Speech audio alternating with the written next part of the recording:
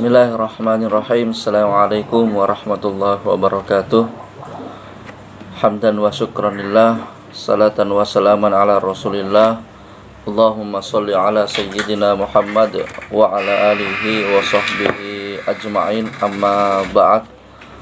Alhamdulillah, pada pembelajaran kali ini kita akan terfokus pada kelas 7, yaitu materi tentang akhlak terpuji, yang mana pada kesempatan ini kita akan membahas tentang sifat taat.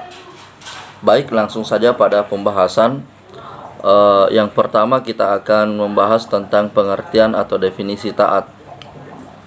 Apa sih yang dimaksud dengan taat, hadirin yang dirahmati Allah?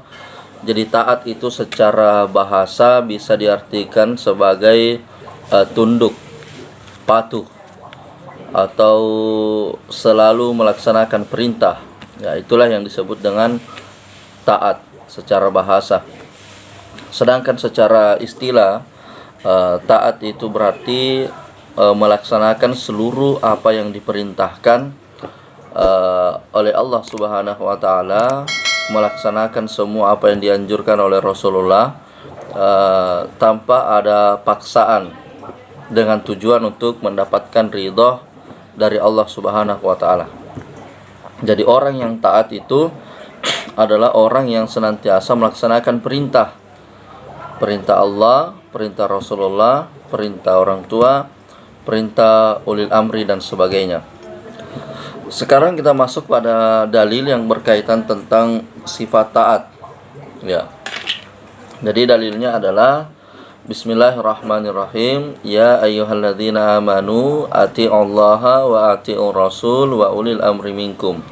Wahai orang-orang yang beriman, taatlah kepada Allah, taatlah kepada Rasul, dan taatlah kepada pemimpin-pemimpin yang ada di antara kalian. Perlu kita pahami ayat ini, hadirin yang dirahmati Allah, bahwa perintah yang pertama adalah perintah yang mutlak, adalah suatu kejelasan dan tidak bisa ditawar-tawar lagi, yaitu ketaatan kepada Allah. Jadi sebagai manusia yang diciptakan oleh Allah, sebagai makhluk yang diciptakan oleh Allah, wajib kemudian kita taat atas seluruh apa yang diperintahkan oleh Allah. Sami'na wa ata'na. Allah perintahkan kita sholat, kita sholat. Allah perintahkan kita sedekah, ketika kita mampu dan ada rezeki kita bersedekah. Allah perintahkan kita zakat, kita tunaikan. Allah perintahkan supaya kita menjauhi khamar, kita jauhi. Atau misalnya kita melanggar perintah Allah, maka itu namanya kita menentang Allah. Sedangkan kemaksiatan yang paling keji, hadirin yang dirahmati Allah, yaitu manakala manusia melakukan pemberian Allah, memanfaatkan apa yang Allah titipkan kepada kita, kemudian kita gunakan untuk bermaksiat kepada Allah. Ya, rezeki, umur, semua apa yang kita punya berasal dari Allah, maka gunakanlah untuk berbakti dan taat kepada Allah Subhanahu wa taala. Selanjutnya atiur rasul, taatlah kepada Rasul. Ya, Rasul itu merupakan utusan Allah yang diberikan wahyu untuk menyampaikan kebaikan kepada manusia, dengan tujuannya agar manusia melaksanakan kebaikan itu supaya kita bisa masuk ke dalam surga Allah Subhanahu wa taala. Maka ketaatan yang kedua, taat kepada Rasul, adalah ketaatan yang mutlak dan tidak bisa ditawar-tawar juga. Jadi taat kepada Allah mutlak, taat kepada Rasul juga ketaatan yang mutlak.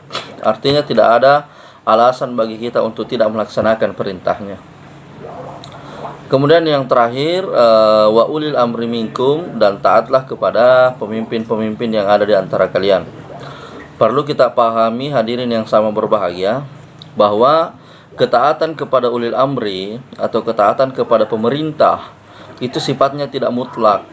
Tidak semua anjuran atau aturan pemerintah wajib kita ikuti. Ya, karena ketaatan terhadap ulil amri itu berada di bawah ketaatan Allah dan Rasul. Maksudnya bagaimana? Maksudnya adalah manakala ada sebuah perintah yang diberikan oleh ulil amri, lalu kemudian perintah itu bertentangan dengan perintah Allah bertentangan dengan sunnah-sunnah Rasul, maka itu wajib kemudian tidak wajib kemudian untuk kita ikuti, bahkan harus kita hindari. Kenapa? Karena dia menentang Allah. Jadi manakala aturan ulil amri sejalan dengan perintah Allah dan Rasulnya, maka wajib kita laksanakan. Tapi manakala perintah ulil amri menyalahi atau bertentangan dengan perintah Allah dan Rasul, maka kemudian boleh atau bahkan harus kita hindari. Nah, itu tentang ketaatan, hadirin yang dirahmati Allah.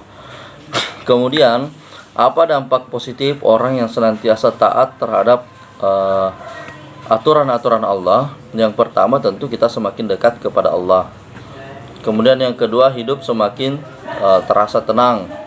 Kenapa? Karena kita merasakan dalam diri kita bahwa ada sebuah keimanan, pancaran keimanan yang diberikan atau dititipkan oleh Allah, sehingga menjadi kekuatan bagi kita untuk senantiasa taat kepadanya.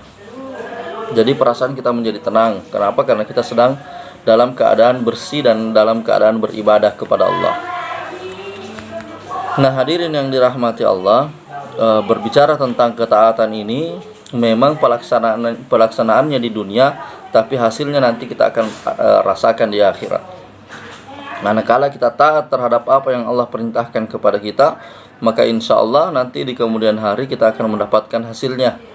Karena semua apa yang dikerjakan oleh manusia, besar dan kecilnya, semuanya akan dibalas oleh Allah dengan hasil daripada perbuatan yang kita lakukan di dunia. Kalau perbuatannya baik, maka balasannya baik. Kalau perbuatannya buruk, maka balasannya juga tidak baik. Maka dari itu, saya mengajak kepada kita semua bahwa marilah kita senantiasa taat kepada Allah, taat kepada Rasul, dan taat kepada ulil amri atau pemimpin, manakala perintahnya, kalau aturannya itu tidak menyalahi perintah Allah Subhanahu wa taala. Semoga ada manfaatnya. Assalamualaikum warahmatullahi wabarakatuh.